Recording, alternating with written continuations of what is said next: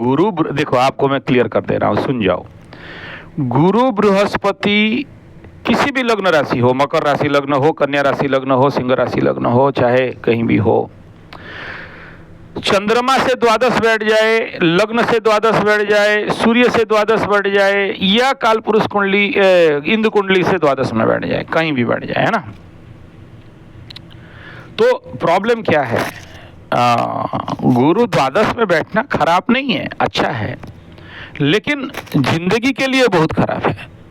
अगर चंद्रमा से द्वादश बैठ गया, जैसे इनके कुंडली में बैठा है, क्या है, सकट योग, ठीक है। सकट योग माने क्या हो गया, जो बैलगाड़ी का चक्का होता है ना, धीरे धीरे ऊपर उठता है, फिर जीरो में आ जाता है, फिर ऊपर उठता है, फिर जीरो में आ जाता है ना। तो जिंदगी में सब मिला मिला मिला और एक समय में सब जीरो हो गया, सब चला गया, तो फिर मिलेगा, फिर चला जाएगा, है ना। तो इसको सकट योग बोलते हैं। ऐसे आदमी के जिंदगी में उथल पुथल होना, अप डाउन होना कुछ ज़्यादा ही मात्रा में होता है। उच्च का हो गया तो उतना ज़्यादा गिराएगा और उसी का महादशा शुरू हो गया। अब चंद्रमा से गुरु द्वादश में तो क्या क्या फलित करेंगे हम लोग, है ना, क्या क्या बोल सकते हैं, तो देखेंगे कि कौन से नक्षत्र में है, ये गुरु क्या बोल रहा है। अब देखो बेटा का कुंडली में गुरु द्वादश में नहीं बैठा है, एकादश में बैठा है ना, लेकिन यहाँ पर सेम दोष लग रहा है, समान दोष। सकट योग का बाप क्या है, 12th Lord in second house. क्या आप अगर मेरा वीडियो रेगुलर देखते हो तो क्या, दैवी प्रकोप दोषा, चोर आके बैठ गया कहां, धन के घर, तिजोरी के पास। 12th house is loss house, foreign house, jail house and doctors house, hospitals house. ध्वंस, प्रलय, बर्बाद, गुप्त शत्रु वाला मालिक आपके परिवार में, आपके धन में, आपके वाणी में बैठा, तो वाणी के माध्यम से नुकसान करेगा कि नहीं करेगा। आप सोचो कि मेरे जिंदगी में 99% पैसा तो बात करते करते कमाया ना।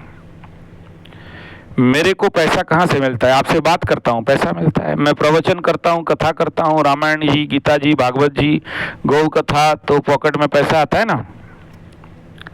अगर यहाँ मेरे वाणी में अगर द्वादशाधिपति बैठ जाए तो मैं बात करूंगा ना तो पैसा चला जाएगा।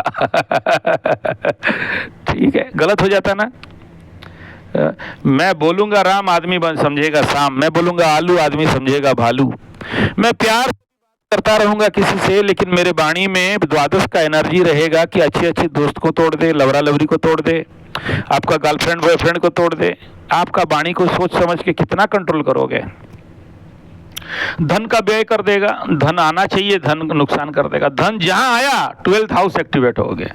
धन के घर में द्वादशाधिपति बैठा है ना, समझ रहे हो।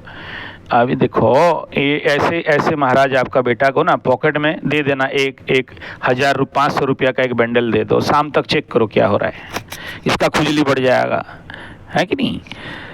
क्योंकि पैसा तो 12th हाउस बोलेगा कि इसका खर्चा कर दो, नुकसान कर दो, व्यय कर दो, या कहीं हॉस्पिटल में किसी को रोगी बीमारी को दे दो, या किसी मंदिर में दे दो, या पूजा पाठ करा दो, कहीं ना कहीं ऐसे काम में, या फिर कोई गलत काम में भी खर्चा कर देगा, कोर्ट कचहरी माले मकदमा में।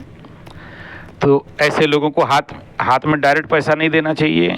वो कोई भी प्लैनेट जब नीच होता है ना तो नीच हरकत तो कराएगा ना बाबा।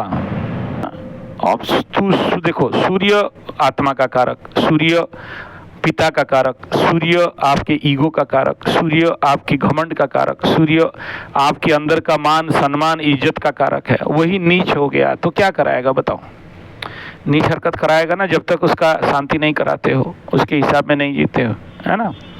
तो आत्मा और विवेक इसमें क्या हो गया, नीचस्थ हो गया। हड्डी दुर्बल हो सकता है, हड्डी टूट सकता है, दांत गिरेंगे, है ना।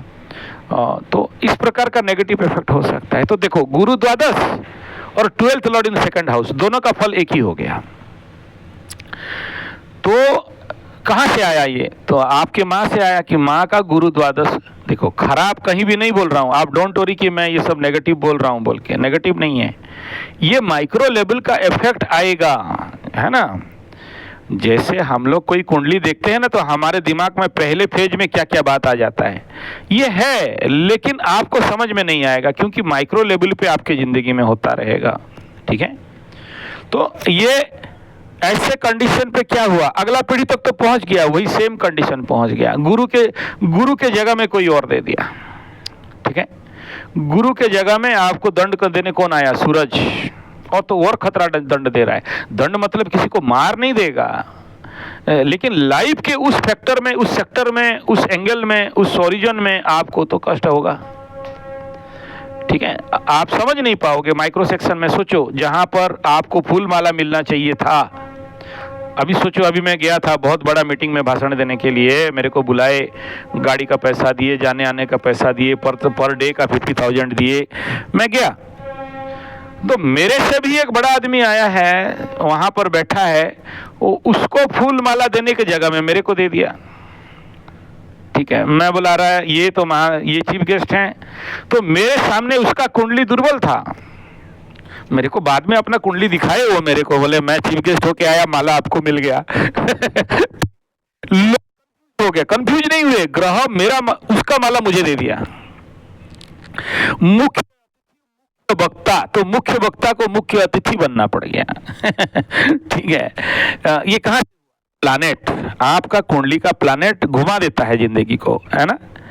तो आपके जिंदगी में क्या होगा, अपॉर्चुनिटीज मिसफायर हो जाएंगे। ऐसा कुछ नहीं होगा, कोई मरेगा उरेगा नहीं, किसी को कोई बुरा नहीं होगा, लेकिन लाइफ में आपको पछतावा होगा कि मेरा अपॉर्चुनिटी कोई और मार के ले गया। ठीक है, आपका संपत्ति घरवारी था और आप क्या बोले, मेरा भाई लोग मुझे नहीं दिया, उनके नाम पे करा लिया। मतलब क्या, it is your opportunity and property, somebody आपसे क्या क्या ले गया, आप कुछ नहीं कर सकते, कुछ भी नहीं कर सकते। गुस्सा होगे, अहंकार करोगे, केस कर देंगे बोलोगे, या तंत्र मंत्र करके मार देंगे बोलोगे, कुछ नहीं कर सकते, क्योंकि आप इसको पहले से शांति नहीं कराए हो। ठीक है, अगर इसको शांति करा लिए होते तो ये अपॉर्चुनिटीज ऐसे नहीं आता, लाइफ में जरूर परिवर्तन आता है। Concept clear?